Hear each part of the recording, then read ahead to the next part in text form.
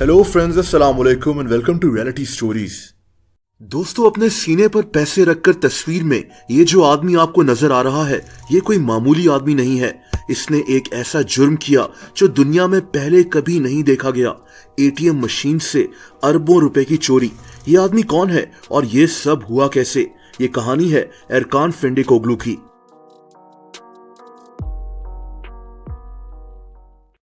दोस्तों, तकरीबन 13 साल पहले 2011 में अमेरिका की एटीएम मशीन्स में एक अजीब बात देखी गई।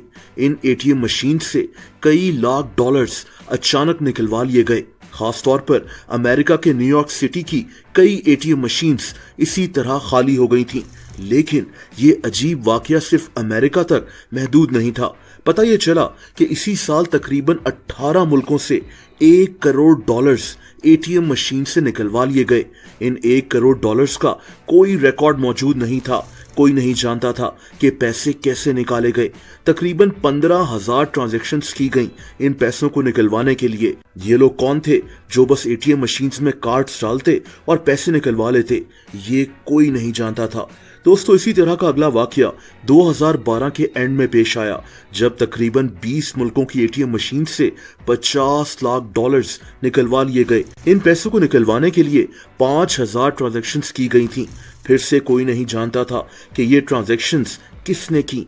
ऐसा कौन सा स्पेशल कार्ड था जो एटीएम मशीन्स में इंसर्ट होता और अंदर से पैसे निकल आते?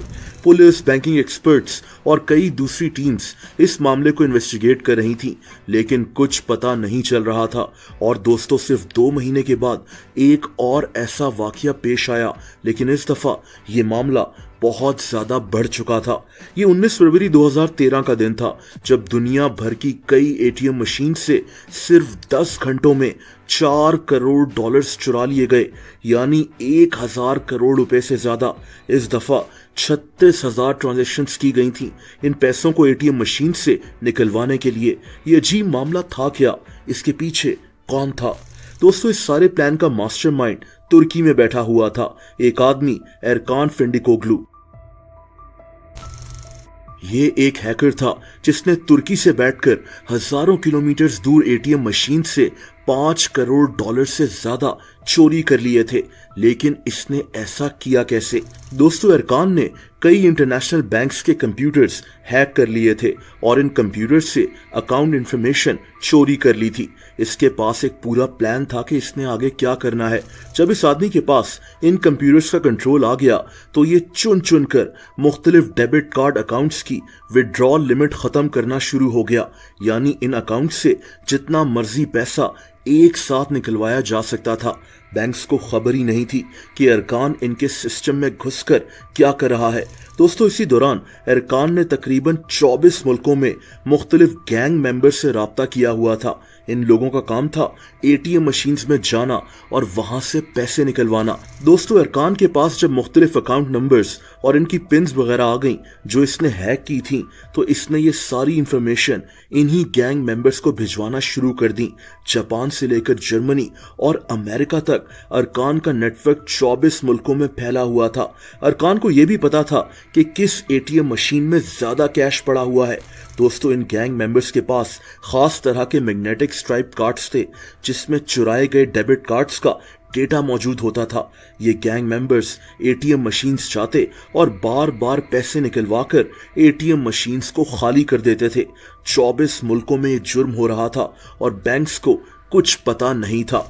ये गैंग मेंबर्स अपना हिस्सा रखकर बाकी पैसे एरकान को भिजवा दिया करते थे और एरकान रातों रात फ्रॉड कर अमीर हो गया। लेकिन दोस्तों, ये आदमी जल्द ही पकड़ा गया। असल में वो कई 100 लोग जिन्होंने एटीएम मशीन से पैसे निकाले थे, उन्हीं में से एक आदमी को अमेरिका में पुलिस ने गिरफ्तार कर लिया। ये आदमी एक रेस्टोरेंट में खाना खा रहा था और इसके पास 10 लाख डॉलर्स कैश मौजूद था। जाहिर सी बात है कि इतनी बड़ी रकम कोई रखकर खाना खा रहा होगा तो पुलिस को शक तो होना ही था। पुलिस को इसी आदमी से इस सारे स्कैम का पता चला था। एरकान को 2016 में अरेस्ट कर लिया गया था, लेकिन जो पैसे इसने चुराए थे वो रिकवर नहीं हो सके। बहुत से पैसे तो वो गैंग मेंबर्स लेकर भाग गए थे, जो कभी पकड़े ही नहीं गए। एरकान को 8 साल की जेल हो गई थी। ये एक ऐसा वाकया था जो शायद दुनिया में पहले कभी नहीं देखा गया था। दोस्तों, अगर आप मुझे इंस्टाग्राम पर फॉलो करना चाहें तो उसका लिंक नीचे डिस्क्रिप्शन में मौजूद है।